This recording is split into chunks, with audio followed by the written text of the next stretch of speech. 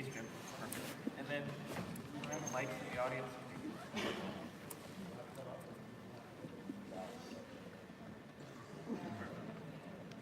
Perfect.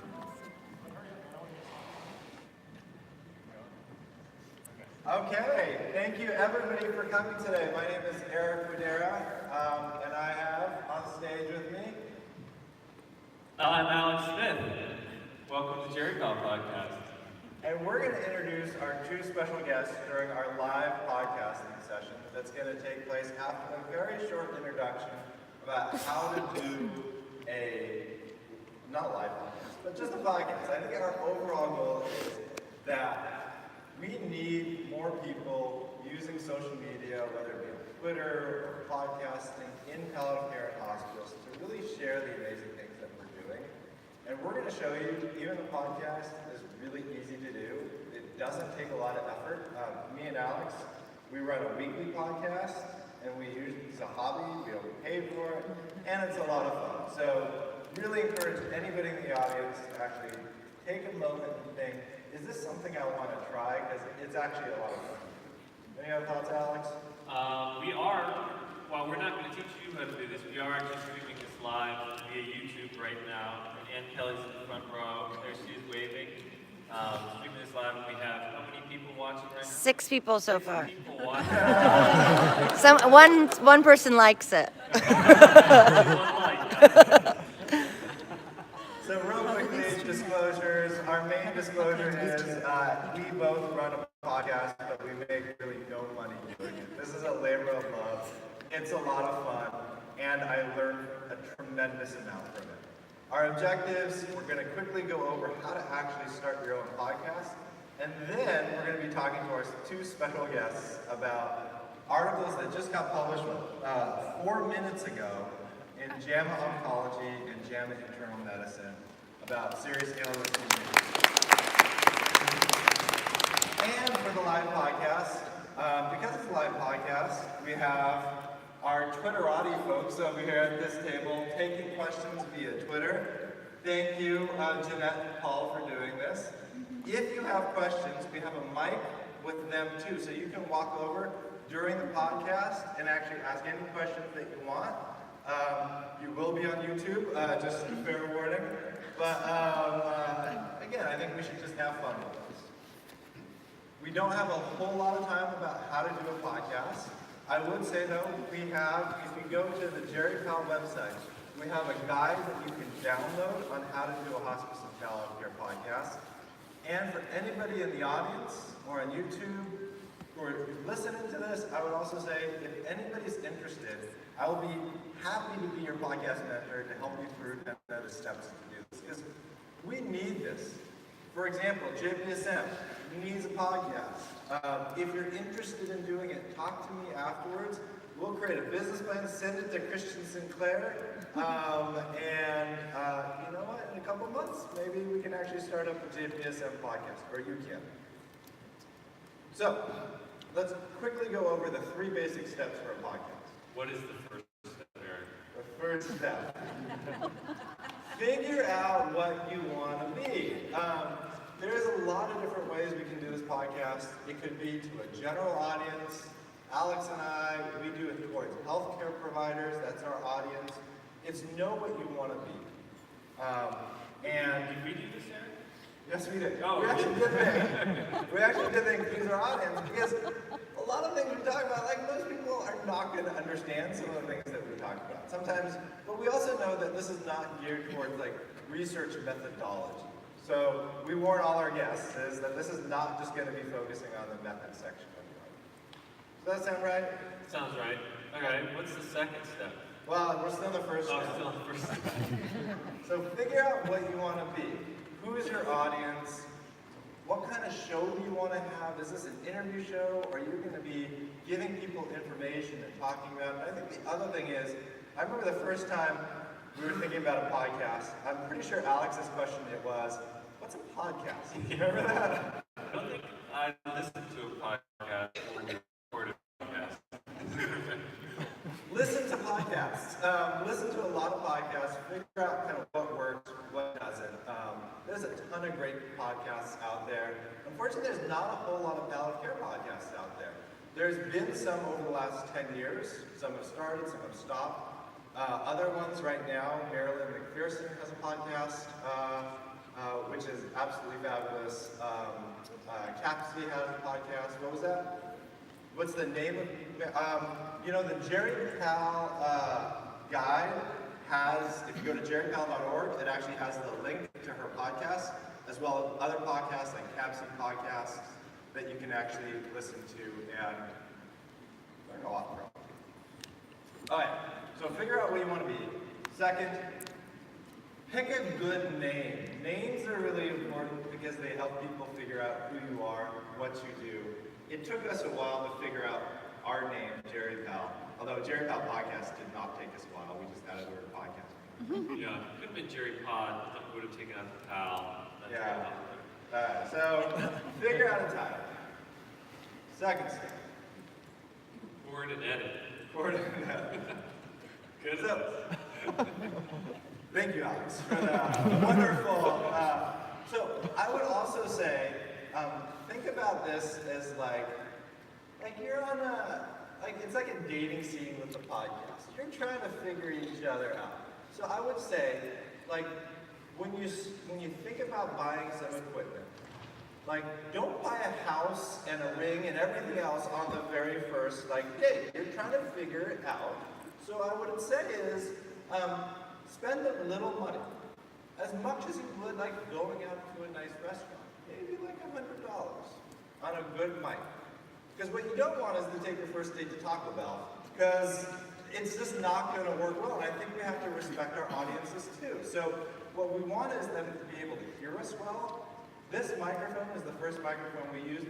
Nothing else that we had, just plugged into the computer and we started talking. The audio was actually really good. People could hear us, and it was much better than using a computer microphone. So I would spend a little bit of money, like $100 maybe, on just the setup, and it could just be as simple as getting a microphone, and then using Zoom or Skype to bring people in that you want to talk to. But that's about it. This is our current setup. We've actually had smaller mixers, bigger mixers, we have mics that plug into those mixers, and it's all in my office. We use Skype to call in. Don't start off with just a microphone and just have fun. This room is a little different from our usual podcast setup. It's a little different. It's a little bigger. A couple more people in the room too. And then the last thing is you edit it. In the beginning we edited it more because we weren't sure what we were doing, so we were moving pieces around.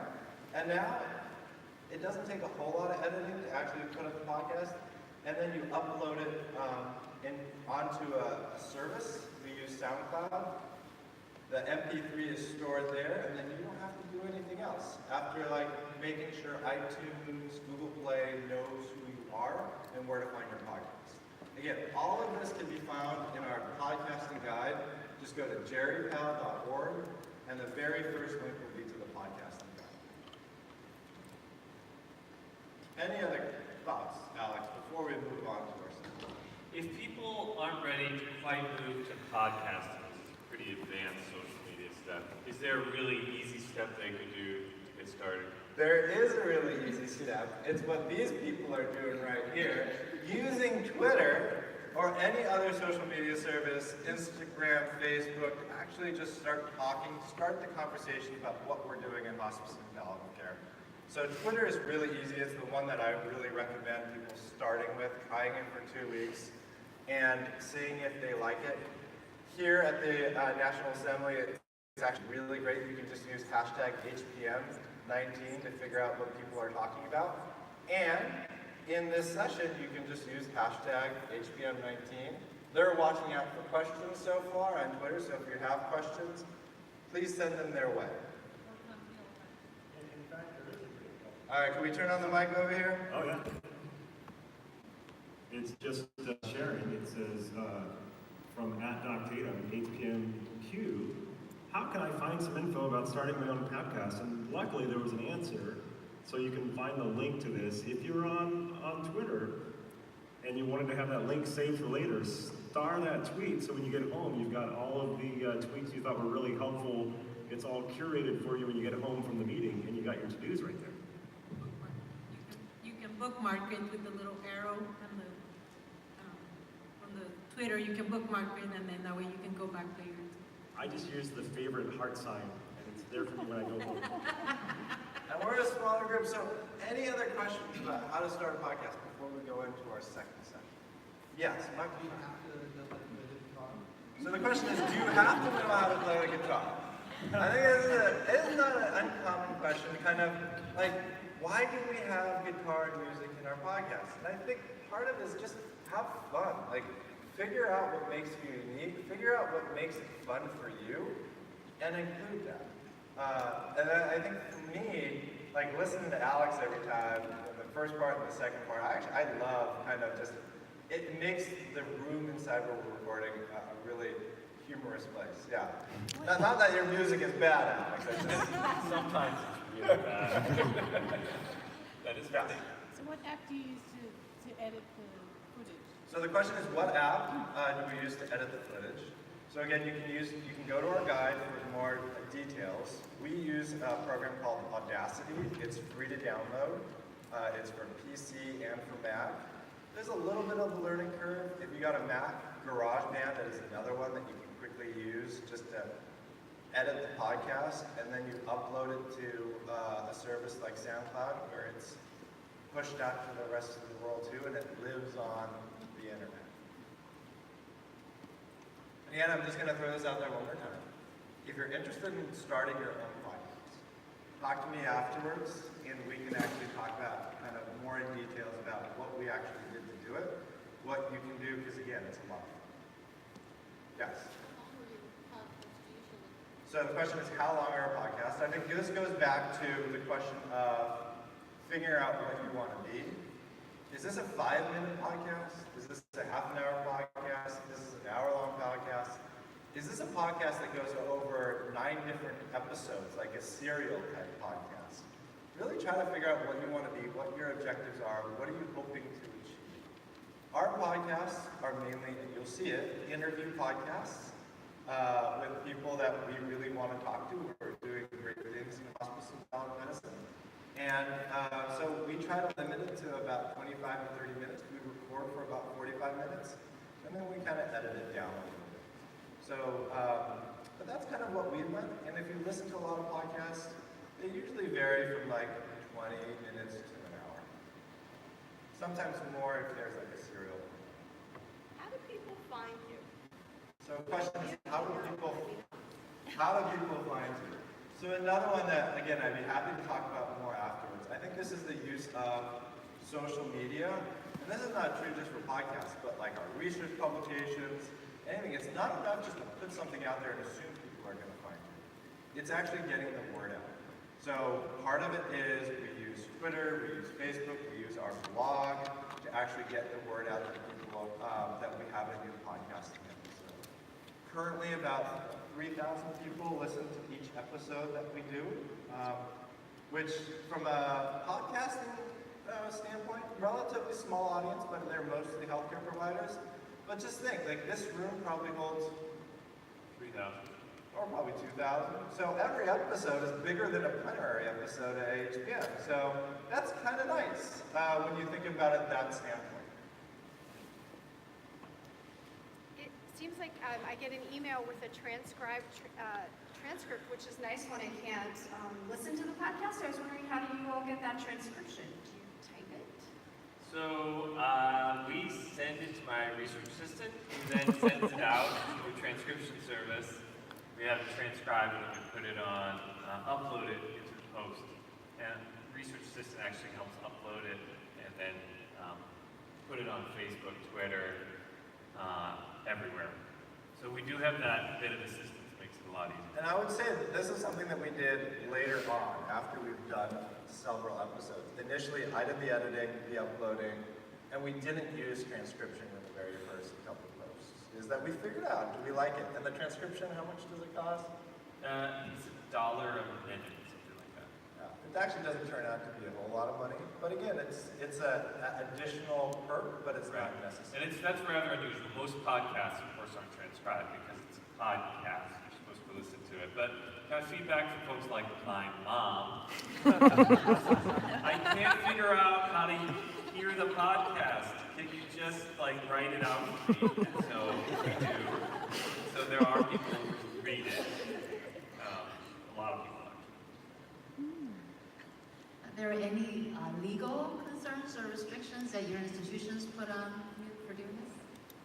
Maybe, we haven't asked. So not. So I would also say is that I think that's a common concern. I think any use of social media, I think the golden rule that I always think about is if I don't want to say it in a crowded hospital elevator, I shouldn't say it in any form of social media. And generally our institution is okay with that. Like, be respectful, respect HIPAA, respect people's privacy. Don't talk about real patients, identifiable patients.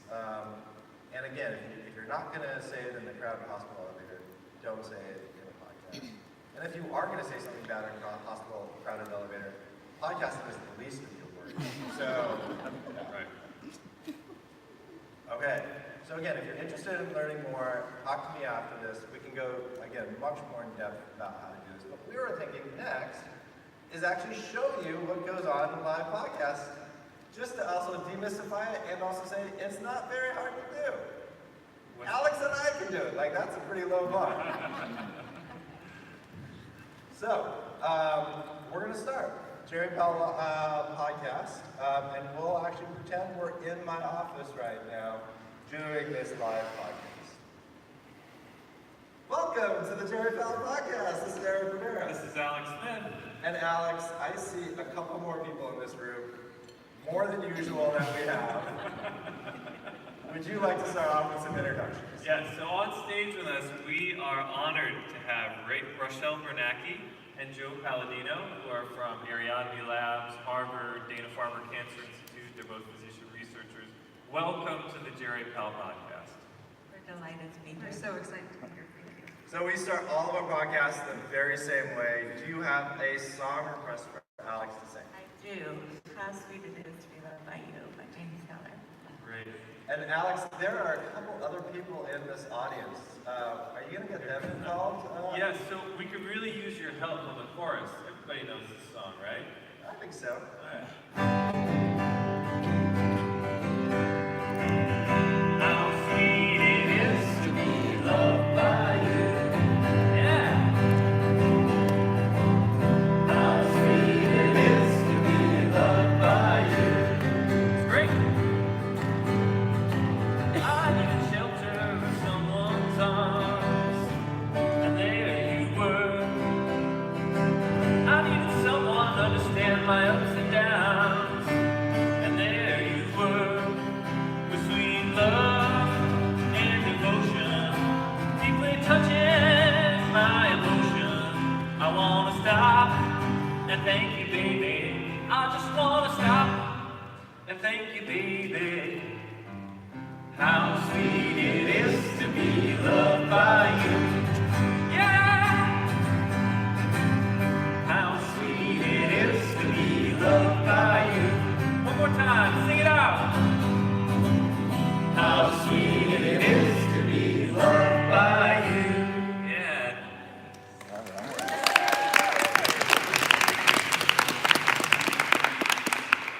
So, why did you pick that song? So, as you know, my dad died this past October, and this was a song I danced with him to my wedding, and I think it just so embodies the way I feel about my dad. But I also think that there's a metaphor with palliative care, and you know, you needed someone to follow our ups and downs, and there you were. And I think that palliative care does that, and I think that everyone in this room does really hard work, and so I love the stop and thank you. So everyone should just sort of thank themselves, I think, for doing the work that we do, because it is really hard, and I think it's important. So, yeah. Thank you for sharing this story. So, at 1:30 today, so a little, like 8 minutes ago, way more than 8 minutes ago, 2 papers just got published. This is a JAMA oncology paper evaluate intervention to improve communication between oncology clinicians and patients with a life-limiting illness, and also a JAMA internal medicine paper, Effective Serious Illness Care Program in Outpatient Oncology, done by your group. And we were hoping just to chat about kind of serious illness communication, the project that you're doing, kind of these two articles. But before we do that, maybe you guys can talk about how did you get interested in talking about the serious illness communication? Sure, I can start. So I think there's a sense when you're doing clinical palliative care that the need is endless and that there's more demand than we can ever possibly fulfill. And I definitely felt that. And so the opportunity to sort of go to colleagues and start moving this work upstream and outside of palliative care was just really appealing. And so I was excited about it. Joe? Yeah, for me, I trained in primary care and population medicine before I did my palliative care fellowship. And we thought a lot about how to improve care and outcomes for broad populations of patients. But one of the questions that we wrestled constantly was, how does that translate to the person right in front of you? And so when I was, fast forward, when I was a clinical and then a research fellow in palliative care, Rachelle and my mentor Susan Block as well, described the serious illness care program, and they gave me our foundational tool, the conversation guide. And for me, it really represented that bridge between the population and the personal, because it had these really deeply intimate human questions that many of us know in palliative care get to the heart about what matters most to patients. But the idea, as Rachelle said, was to make this accessible to broader populations of clinicians and patients. And that was just really exciting and compelling to me, and so I've been with the program ever since. So maybe we can start talking about, sort of jump into the trials, the trial itself, and talk about what it was you were testing. So what is this? Is this a checklist? No, it is not a checklist. We started with the idea, I actually interviewed with the tool one day for the palliative care checklist job, and with sort of like a very skeptical mind. And but then when we started talking about this idea that we would have a guide or a framework to help clinicians talk about really difficult things and give people some idea of where they're going, that was much more appealing. So the intervention itself consists of tools, which the main one is a serious illness conversation guide, training, and system changes. And the training is a 2.5-hour training. It was specifically designed to fit into a busy clinician workday, like that we could actually get oncologists to come to the training. And then the system change is where Joe and I spent 90% of our time. Could you say a little bit more about what that training entails? A little bit of the Sure. flavor of the guide. Like, Yeah. are there one or two Yeah. like key questions that you try and make sure are included in that every clinician gets to? Yeah, so I think the idea behind the serious illness conversation guide is that it has gentle, softer language with hypothetical, open-ended questions. So it's meant to have... Do you like puppies and kitties? No, it asks, for example, it's meant to have earlier conversations. So for example, what are your most important goals if you were to get sicker? What are your biggest fears and worries about the future with your health? And what abilities are so critical to your life that you can't imagine living without them? So it starts actually with asking patients what their understanding of their illness is, so that you get a sense for where they are in terms of their understanding. So it's meant to be titrated to where the patient is, and to really have a gentle, earlier conversation about values and goals. Yeah, I'd say much of this comes from standard palliative care canon. And the question, and of course I trained with Susan Block, so I'm very familiar to me. It's like sort of bottling up a lot of what Susan Block's been doing her whole life, and teaching to all sorts of people. But the one aspect I think a lot of folks struggle with is this question about trade-offs. And the way you phrase it just there. What sort of abilities, can you say that again? Yeah, so what abilities are so critical to your life that you can't imagine living without them? That's a great question. And that's something like if you take away something from the guide, maybe that's new and it gets a new type of language that you could use, a pearl right there. What sort of abilities are so critical to your life that you would have trouble living without them? And if I'm interested in learning more about the guide, can I download it? Is it Absolutely, accessible? you can download it. You can go to the portal.ariadnelabs.org, which is our community of practice. We have almost 1,700 people, and we have webinars on each step of the program, like training, or how do we get this into my electronic medical record, or how do I measure this, those kind of things.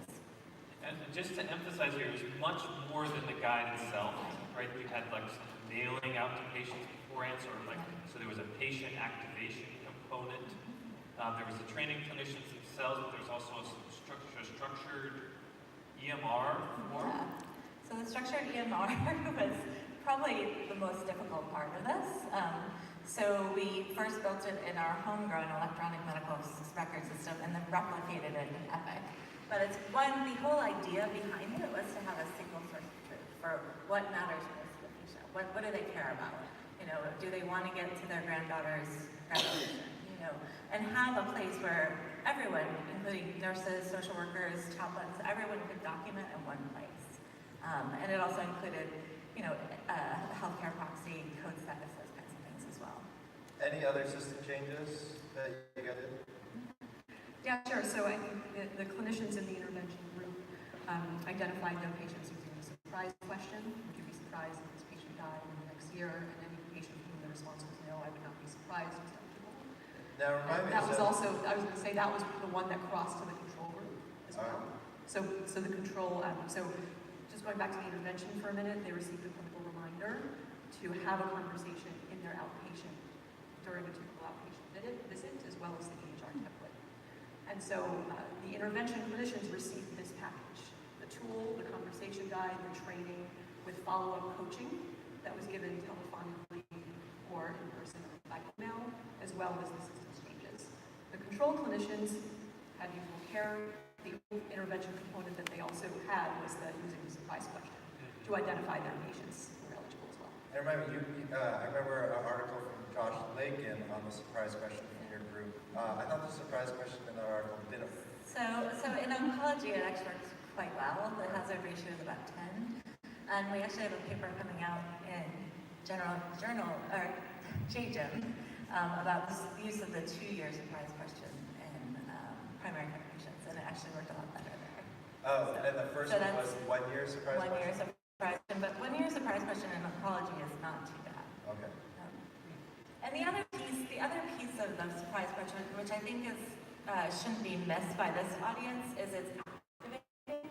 So it generates buy-in for clinicians. So if they say, I wouldn't be surprised if this patient dies next year, and Joe or I send them an email and say, you're in a trial, have a conversation, they've already bought into the notion that there's something going on and we should have a conversation. So that piece is really important, that buy-in piece for the clinician, that they have some part in identifying. So we have this education, systems improvement component.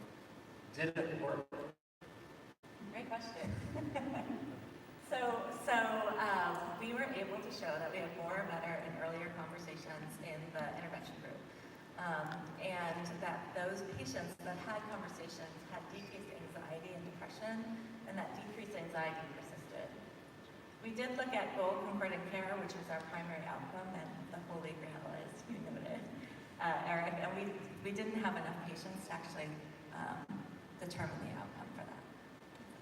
Just to add to that, I mean, some of the data points that we saw in terms of more and better conversations, we saw that with this package of tools, training, and systems change, the patients in the intervention group, 96% of them before they died had a documented serious illness conversation, so it was near universal access to a conversation.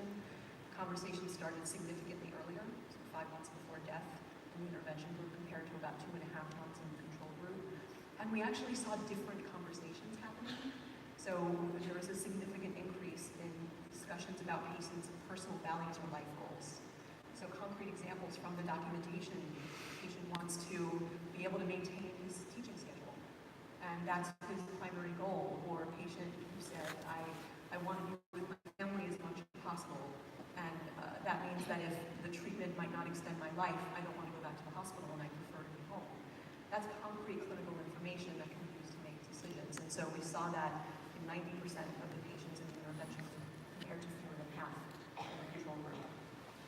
And those were some of the differences that we saw in the conversations themselves. So let's talk a little bit more about measurement. I don't want to get a little too much in the weeds because, as Eric said, I'm a clinician audience. Yeah, watch out. Eric will Alex stop me getting if we wonky get here. too much in the weeds. But goal concordant care, right? The holy grail, that's what we're about, right? Palliative care, the shortest definition is, matching treatment to patient goals. I think that's how Diane Meyer defines it. So, how did you measure goal concordant care? So we looked for a gold standard, and again, we started collecting data in 2012, and there really wasn't one. And we wanted to have a really patient-centered measure. So we developed our own tool called the Life Priority Scale, and we took it to the survey corps at Dana-Farber, and they said, I'm not sure if we're going to be able to do this, but they took it to patients, seriously ill patients, and they could answer. They could answer what was most important. They could rank these things. So they ranked, and there were things like, live as long as possible, not be a burden, be comfortable, those kinds of things that we know are really important to patients with serious illness.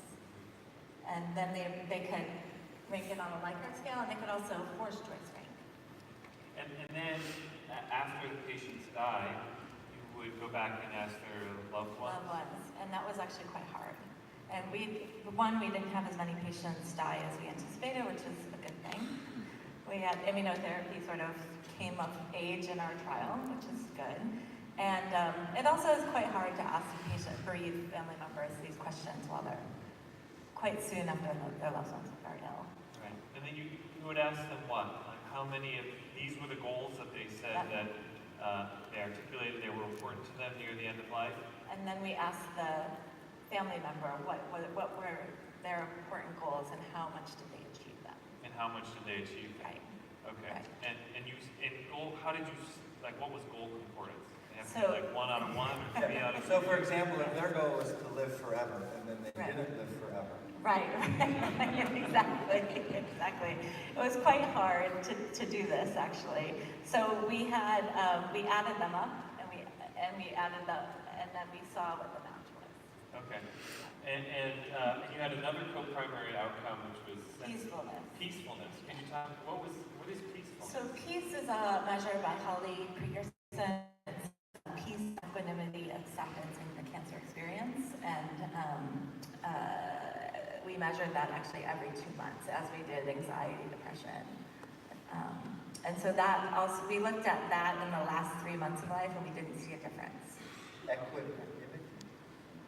Can you describe what that is? Like, I remember Alex once wrote me in one of my letters of equanimity, and I had no idea what it was. And I can't imagine family members or anybody what is that? What do you? Well, I think it's to me what the peace measures or was trying to measure is how it's about acceptance. There's 2 subscales, and I think that do you want to try to answer the equanimity? Yeah, I mean, I don't know if I can give a specific answer. I think I'll just... Alex, why did you put it in my letter? Alex can answer. No, I was just going to say, I think all of us know that patients living with serious illness, especially as they get sicker, experience significant distress. And that distress comes in many forms. It can be emotional distress, often it can be physical distress, confusion, isolation, as well. I think there are many measures of this. We used, well-validated, widely used measures like anxiety and depression, and peacefulness is just trying to get at the measure of how a patient's coping over the course of their illness and their acceptance of their illness. So I'm not sure specifically how the equanimity piece relates to that, but I think it's meant to be another measure of that well-being, if you will, as someone is approaching the end of their life and living with a serious illness. So we recently did a podcast with Doug White, who published a paper in New England Journal about sort of nurse-led intervention for surrogates and seriously ill patients in the ICU. And his primary outcome was also negative, and that was depression, caregiver depression.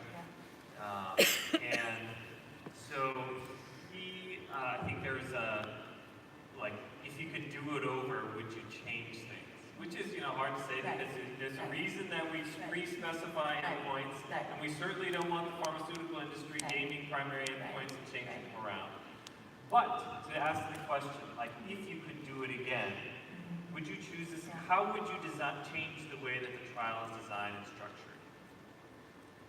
I mean, one of the things that I feel like I've learned, it's been quite some time, is that we could do a better job of measuring earlier and upstream outcomes. So we measured peacefulness in the last 3 months of life and goal concordant care in the last 3 months of life. And I think as a field, thinking about upstream, because it matters how people are living the entire time they have serious illness. And so, and we did measure that, our anxiety and depression over the entire span of the study. And so I think thinking about those kind of that idea of measuring earlier and upstream outcomes is really important. Just building on that, I think there's a lot of exciting work happening now, with our colleagues in palliative care national organizations defining these outcomes, the process and outcome measures in serious illness that are really important to patients, are also measurable and actionable, and are sensitive to communication interventions. I think the field has moved forward and is continuing to move forward.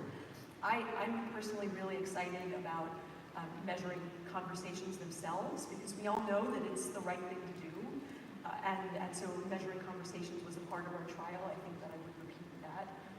I'm really excited about the patient experience work and caregiver experience, because I think, as Rachelle said, we all know that communication has the power to transform how patients and families experience care, not only at the end of life, but over the course of illness. And that body of work is ongoing and really exciting. And to see it linked to communication interventions as they continue to develop and grow.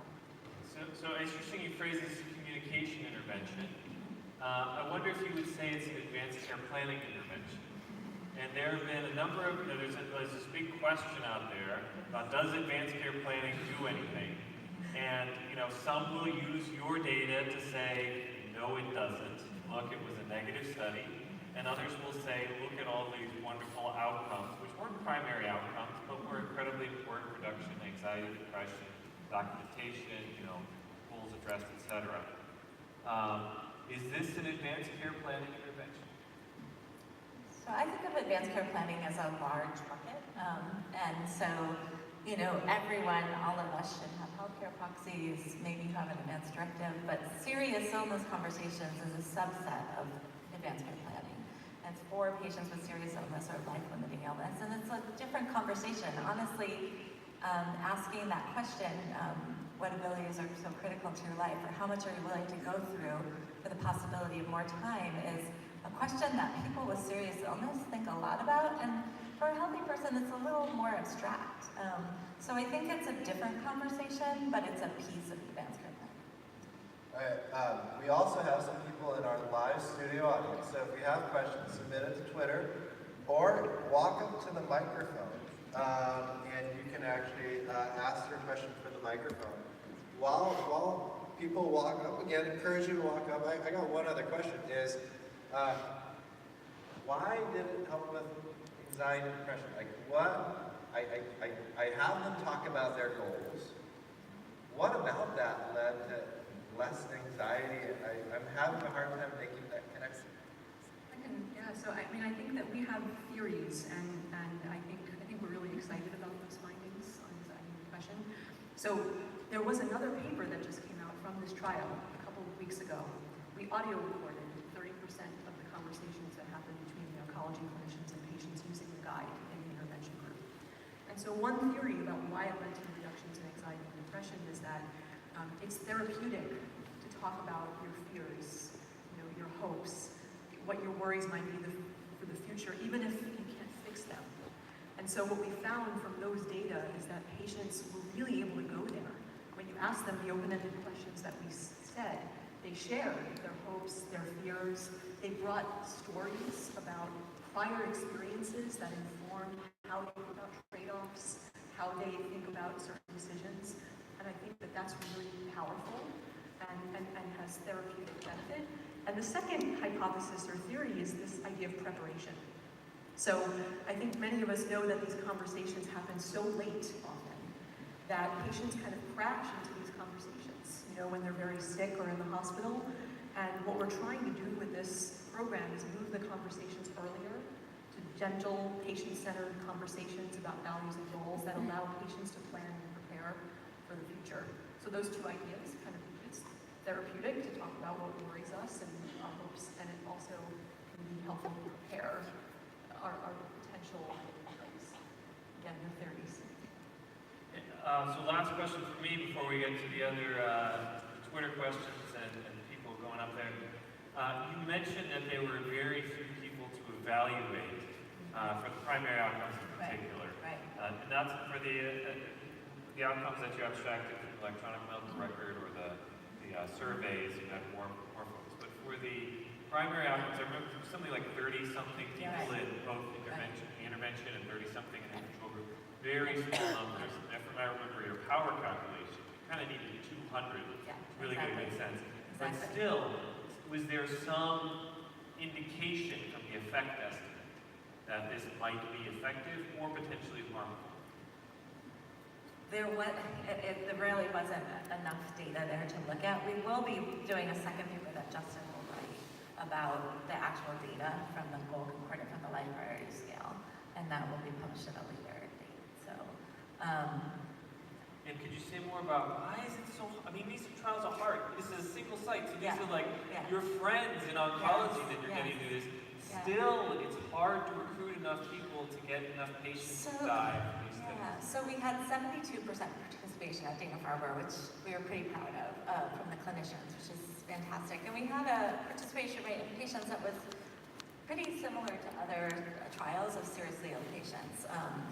And so, like I said, the death rate was much lower than we expected, which, it's hard to get upset about that. And then the bereavement surveys were much harder than we anticipated. And having the match. So I think picking I think a simple, is pick a simpler outcome that's more upstream to your intervention. Great.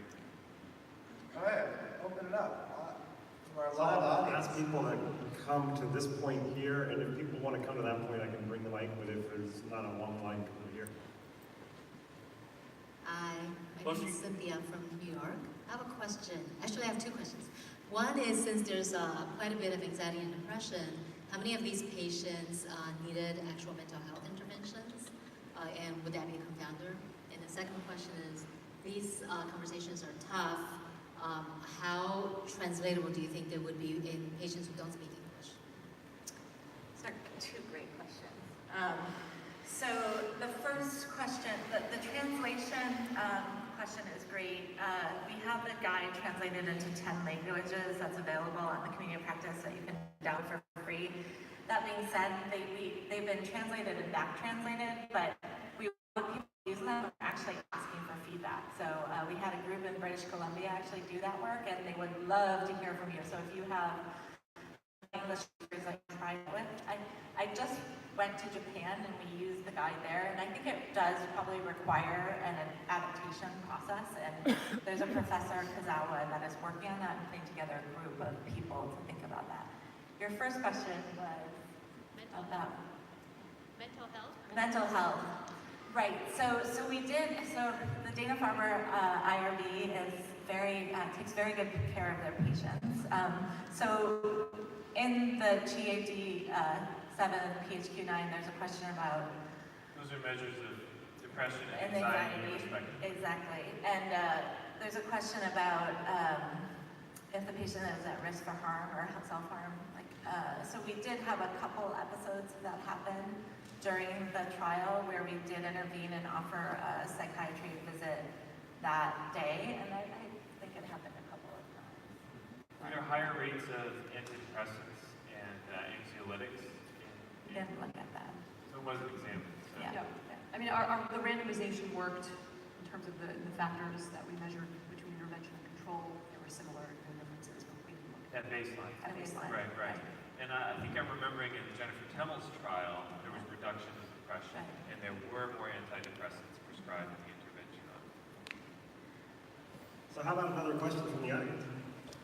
Yes, I was wondering if you gathered any information at all or data at all on situations in which there might have been a discordance between a patient's goals and treatment preferences and their family members, and what the family was hoping or wanting for the patient. I encounter that a lot.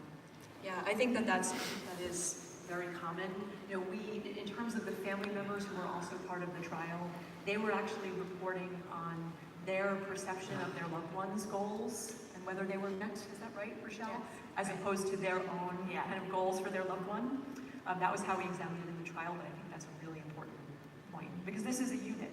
I mean, the patients and families, you know, that we're aiming to improve care for. And just a follow-up to that, I wondered if that came up then in your follow-up interviews after the patient was deceased. In our bereavement interviews. I don't recall that. We've analyzed the main outcome for goal according care, and there's still data actually on the interviews themselves that we haven't analyzed, but that's something for us to look out for. Going back to this lowering anxiety for the patients and families, I wonder what your thoughts are about the use of the patient activation component and whether that may have helped in lowering anxiety, giving a sense of control over the conversation. And I think I might be about to embarrass myself, but Rachelle, didn't you write the commentary for the Randy Curtis article that came out over the summer about, sorry. And kind of parallels between that, for those who don't know, that study looked at advanced care planning and using a tool given in advance to patients to essentially allow them to indicate what level of information, like essentially information preferences. There's a podcast on that. Yes, there is a podcast on that. There are about to be a few more. Yeah, that's great. So the question is about anxiety, and just let me clarify a little bit what you're getting at. I wonder if the fact that they were given a sense of what was yes, to come yes, I helped. absolutely think that giving, I mean, as Joe said previously, I think all of us has probably experienced this in palliative care, the relief that some patients have when they talk about these things with someone else, even though we as clinicians aren't really fixing anything, but that they feel heard. I think it's really important, and I do think there is a sense of control if you can say, you know, this is what's really important to me. I want to be at home, you know, I want to be at home with my daughters and my grandchildren, that they can feel, and the other thing that is, you know, I was just talking with Susan about this, and I think there's a worry of, like, when you're seriously ill, expecting the worst, you know, they imagine something that's actually worse than what is even possible. So the opportunity to do some I think pediatrics does a great job of this, of anticipatory guidance, or letting people know what to expect is really a powerful antidote to anxiety.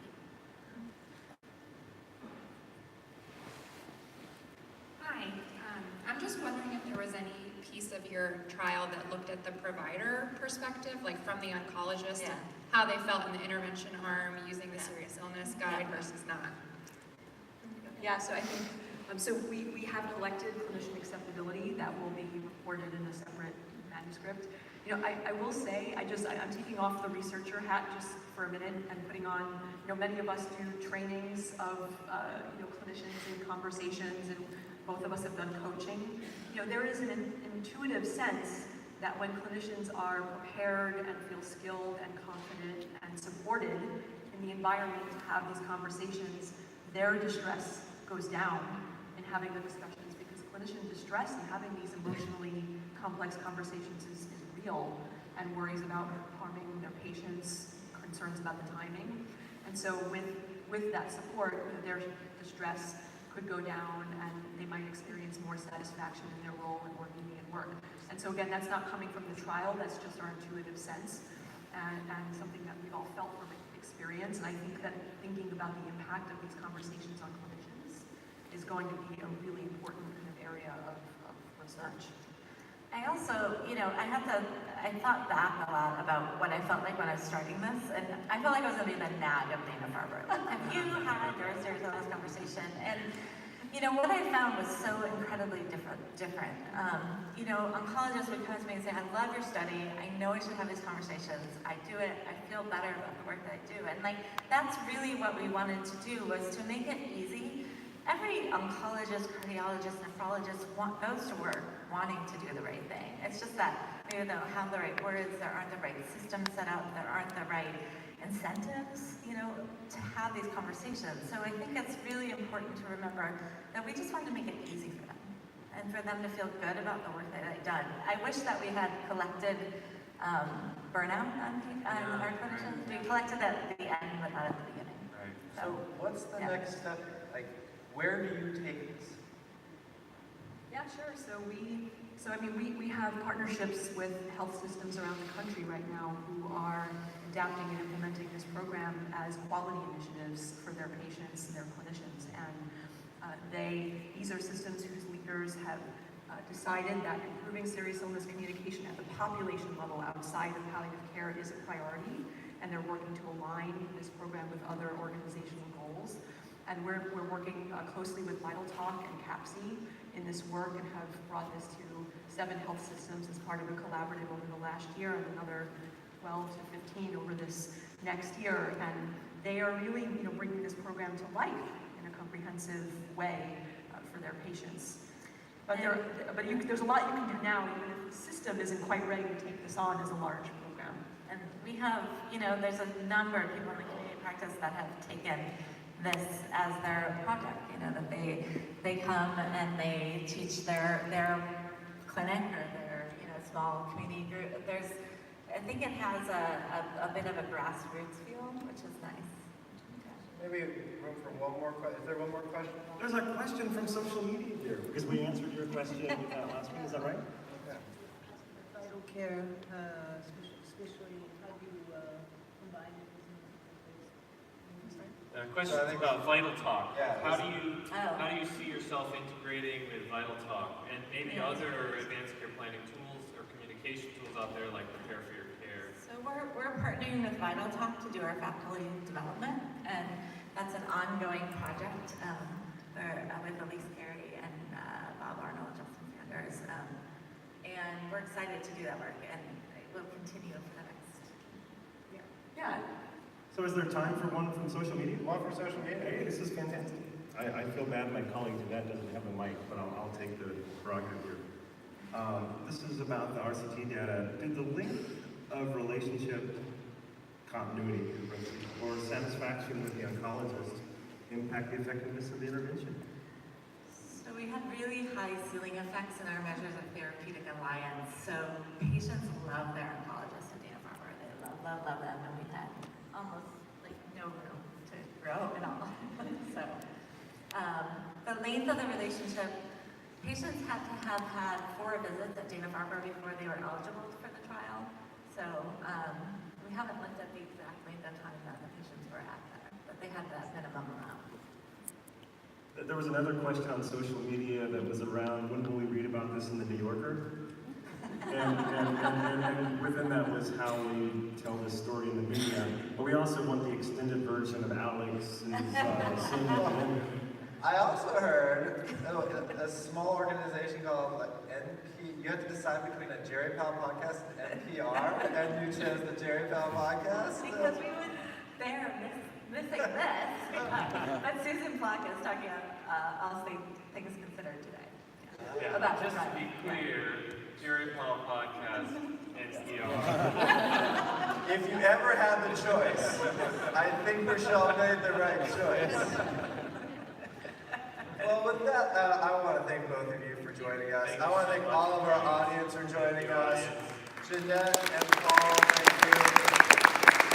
Before we end, Alex, you want to give a little bit more of the song with maybe our audience? Oh yeah, I have a little thing to add. So the other reason I love this song is my dad was a great mentor, and I know you're a great mentor, and a lot of people came to me at his memorial and said this one thing. They said, you know, your dad was a great scientist and he also really knew how to have fun. And so many people said that to me, and when I thought about the two of you, I thought the same thing. I thought it's really hard to ask really hard questions, talk about the science, and also have fun, and I think that you've done that with the Jerry Powell podcast, so I just have to commend you on that. Thank you. I think it's one reason we have this song. It's also to interject a little bit of fun. Yeah. And it's, you know, shift the tone from our usual academic whatever and get outside of ourselves a little bit. And that's why it's okay when I make a mistake, like I'm about to do. So if you can sing along again on the chorus, maybe with a little clapping, let's see. How sweet it is to be loved by you. Yeah. How sweet it is to be loved by you. Yeah. I close my eyes at night, wonder where I'll be without you in my life. Everything I did was just a bore. Everywhere I went, to seat I've been there before. But you brightened up for me all of my days. Your love so sweet, so many ways. I wanna stop and thank you, baby. I just wanna stop and thank you, baby. How sweet it is to be loved by you. Yeah. How sweet it is to be loved by you. One more time. How sweet it is to be loved by you.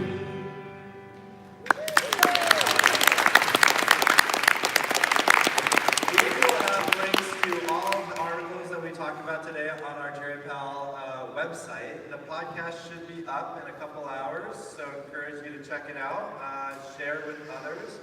Again, I want to thank our excellent guests today, our in-live studio audience, our Twitterati for managing the booth, And for the live filming. and Ann Kelly, our videographer here in the front, who also designed the picture for our Jerry Powell Paladino swamp crawl that's going to happen tonight. Everybody in this room is invited. Sorry for those who are listening on YouTube who are not in Orlando, but at 9 o'clock tonight, we're going to start off at Cuba Libre, and then we will be going on to the wee hours of the morning. Invite all of your colleagues, your fellows, anybody else to join us at the swamp crawl. And with that, we will end this podcast. Thank you, everybody. Thanks, Luke.